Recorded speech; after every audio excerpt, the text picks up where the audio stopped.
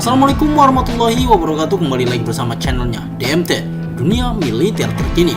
Di video kali ini kita akan membahas tentang update berita militer Indonesia. Ada apakah? Mari kita bahas ulasannya di sini.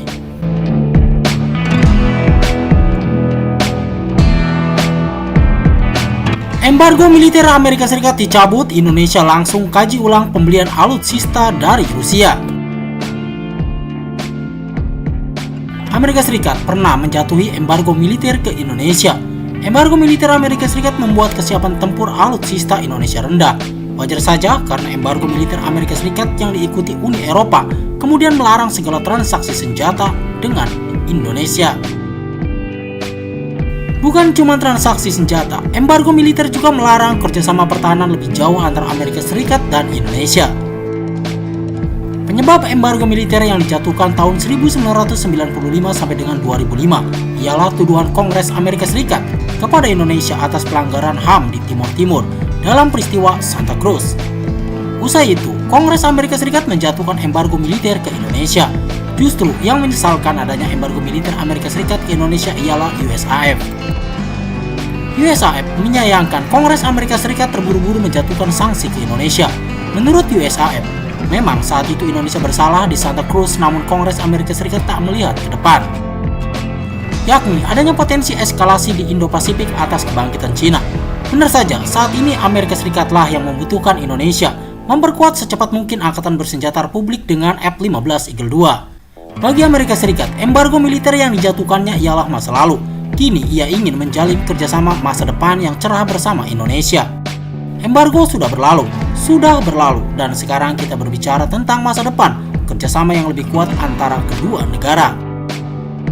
Sudah jelas Dubes Amerika Serikat untuk Indonesia kala itu, Erin McKay, dikutip dari Antara pada 16 Mei 2018. Amerika Serikat setelah embargo militernya dicabut berjanji terus mendukung modernisasi alutsista Indonesia.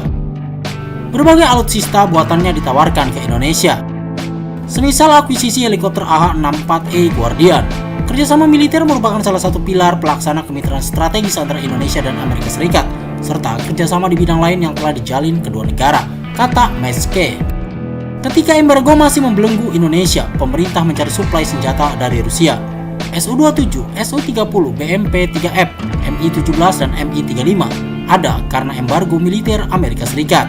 Rusia menyepakati pinjaman dana sebesar 3 miliar dolar Amerika Serikat lebih guna Indonesia membeli senjata tambahan macam Kiloclass dan Su-35.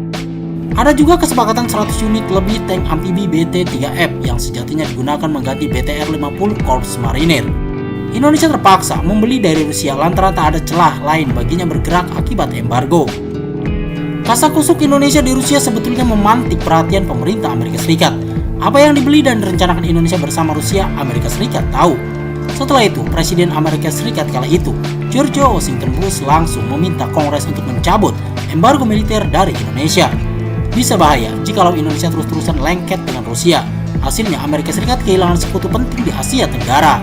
TNI menyambut positif sinyal yang disampaikan Presiden Amerika Serikat George Washington Bush dalam forum APEC di Busan, Korea Selatan.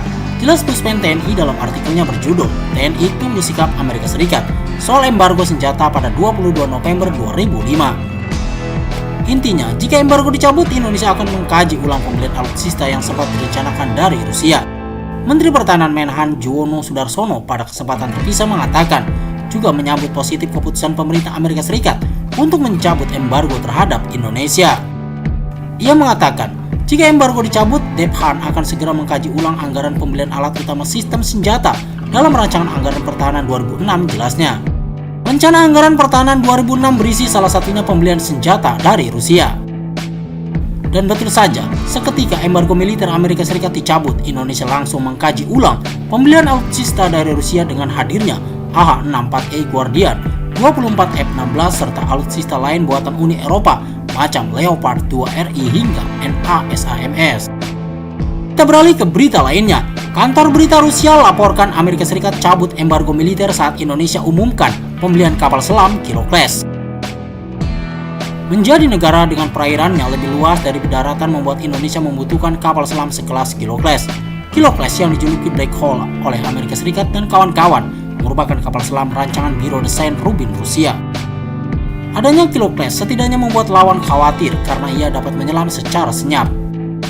Cina yang padahal sudah mampu membuat kapal selam nuklir dan konvensional masih mengandalkan Kilo Class. Bahkan Kilo Class ditempatkan di Komando Teater Selatan yang wilayah operasinya rawan gesekan dengan US Navy. Hal ini menjadi bukti bahwa Cina mengapresiasi tinggi kemampuan Kilo Class. Kapal selam rancangan Soviet ini adalah tulang punggung armada kapal selam non-nuklir Tiongkok dan sangat sulit dideteksi. Inilah cara Cina agar mendapat keunggulan taktis di Indo-Pasifik jelas national interest. Lantas kenapa kapal selam Kilo Class begitu sulit dideteksi? Pertama, penggunaan material bernama ubin anokis di sekujur lambung Kilo Class. Anokis ini semacam ubin berbahan karet yang di dalamnya terdapat kandungan gelembung-gelembung udara kecil. Kegunaannya untuk menyerap pantauan sonar musuh sehingga keberadaan Kilo tak bisa dideteksi. Ubin anokis pada dasarnya adalah ubin karet yang telah di dalamnya terdapat gelembung udara dengan berbagai ukuran. Gelembung udara dioptimalkan untuk menyerap sonar musuh pada kedalaman berbeda dan dapat mendistorsi sinyal sonar yang kembali dari kapal atau kapal selam musuh sehingga membuat Kilo Class lebih sulit dilacak jelasnya. Dimensi kapal selam Kilo Class yang tergolong kecil membuatnya cocok dioperasikan di perairan yang terhimpit pulau-pulau. Dari sinilah gagasan Cina menempatkan Kilo Class di Komando Teater Selatan yang ruang lingkup operasinya kebanyakan terdapat gugus pulau kecil. Karena ukurannya yang relatif kecil, Kilo dapat beroperasi dan bermanuver di perairan pantai dangkal dekat Tiongkok atau di Laut Cina Selatan dengan lebih mudah dibandingkan kapal selam nuklir besar yang kesulitan bermanuver di kedalaman rendah, beber national interest. Pun dengan Vietnam maupun India, mereka juga mengoperasikan Kilo Class. Vietnam mengerahkan Kilo Class untuk menghadapi sesama Kilo Class Angkatan Laut Cina di Kepulauan Paracel. Seperti diketahui baik, Vietnam dan Cina terlibat konflik sengit perebutan wilayah bahkan pernah berperang. Kepulauan Paracel yang harusnya jadi milik Vietnam direbut paksa oleh Cina. Sampai saat ini, kedua negara masih saling adu otot di sana ditambah adanya klaim dan dislain Cina. Sementara itu, sedari dulu Indonesia sudah berencana membeli Kilo Class untuk pertahanan di laut. Berbeda dengan Cina, India maupun Vietnam, Indonesia membeli Kilo Class karena kepepet Amerika Serikat ogah mencabut embargo militernya. Padahal jika diperbolehkan, Indonesia ingin membeli dari negara barat termasuk Amerika Serikat jika mereka mau membuatkan kapal selam tenaga konvensional.